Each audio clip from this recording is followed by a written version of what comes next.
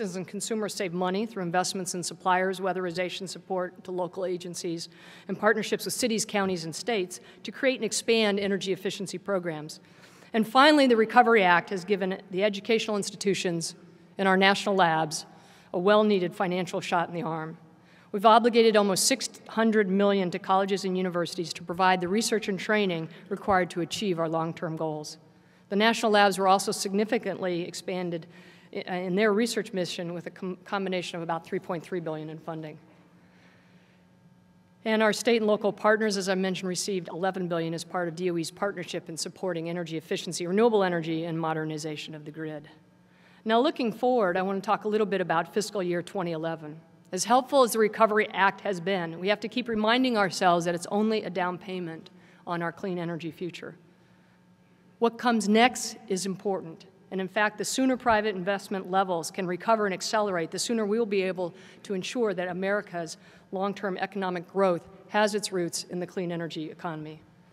So in a way, this is a handoff that the Energy Department gives today and to each of us, each and every day, to work as hard as we can and to focus never before on using every dollar that we have to accelerate the clean energy economy.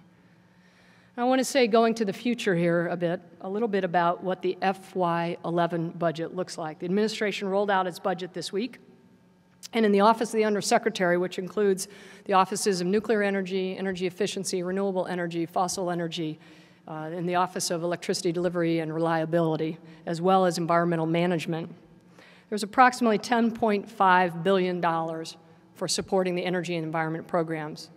Now, as Mike said, before coming into this position, I was fortunate enough to be Senior Vice President and Provost for Johns Hopkins University, #1 research institution in the country. And being a provost is a little bit like being an undersecretary. You know, very few people know what you do, so I thought I would share. You know, the one thing that is my mission is to make sure that the whole there you see as a pie chart is greater than the sum of the individual parts. And to do that moving forward, and actually we've been doing this for the last 7 months, we have an Assistant Secretary's Cabinet, which I chair, and we meet every Wednesday, and we talk about how we can take lessons learned and technologies that bleed over from one program to the other to strengthen what we're doing as a whole. You've heard many people say there is no silver bullet. Maybe it's a silver buckshot, but it's certainly going to take a portfolio approach to solving our energy security and clean energy problems that we have, as well as to exploit the job generation capability and opportunities in the clean energy economy. So we're doing portfolio planning together. We are planning cross-cutting initiatives, and one of the very exciting initiatives that we're looking at leverages our national strength in computing.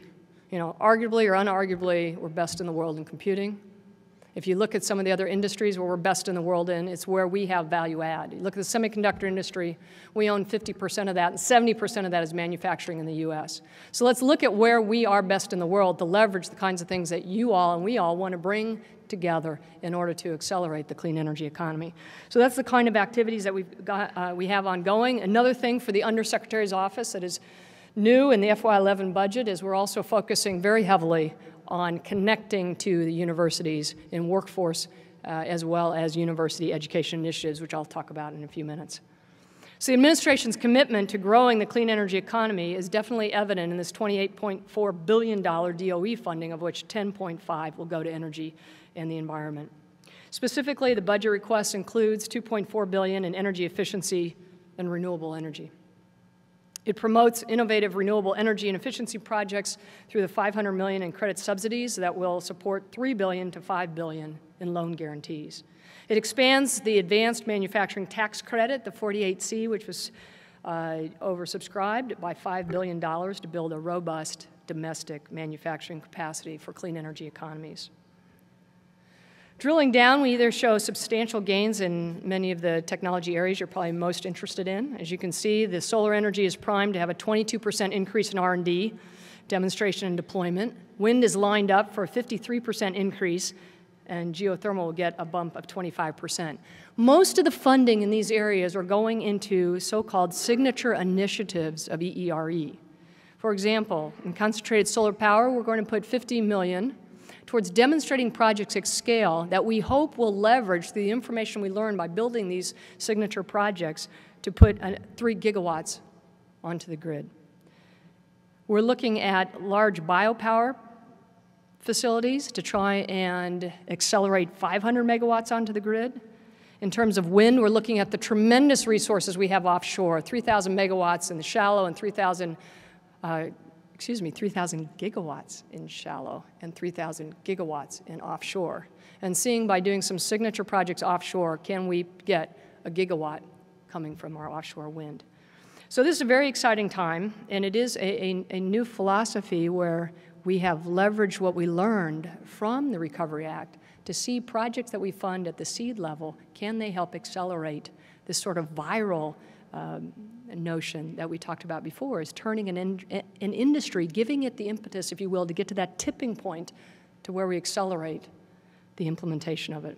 So added up, these investments will help create clean energy jobs. They will expand the frontiers of science and engineering, reduce nuclear dangers, and help curb the carbon pollution that threatens our planet.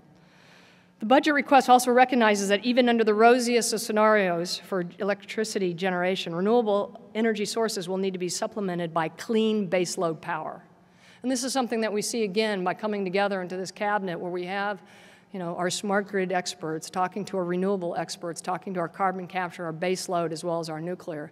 That after you get beyond 25% renewables with the kind of grid that we have, you start to have to fluctuate some of your baseload power generation systems that don't really like to be fluctuated.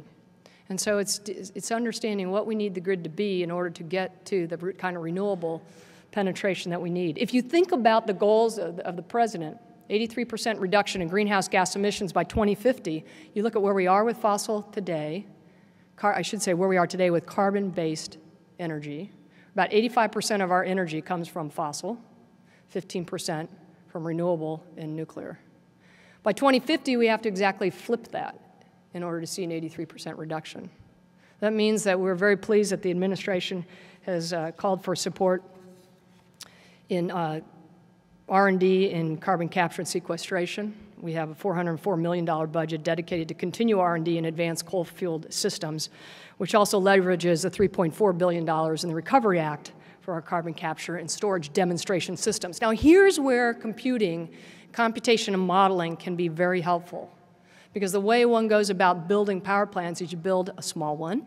You might build a little 100 kilowatt, and then you grow up to a megawatt, and then you go up to 10 megawatts and 100 megawatts, and each generation is about a factor of 10. But if we could leverage what we do in the aviation industry, we didn't build a little Boeing and then a bigger Boeing and then a bigger Boeing on the way towards a Boeing 777. We designed and built that and flew it the first time. That's how we also build nuclear submarines.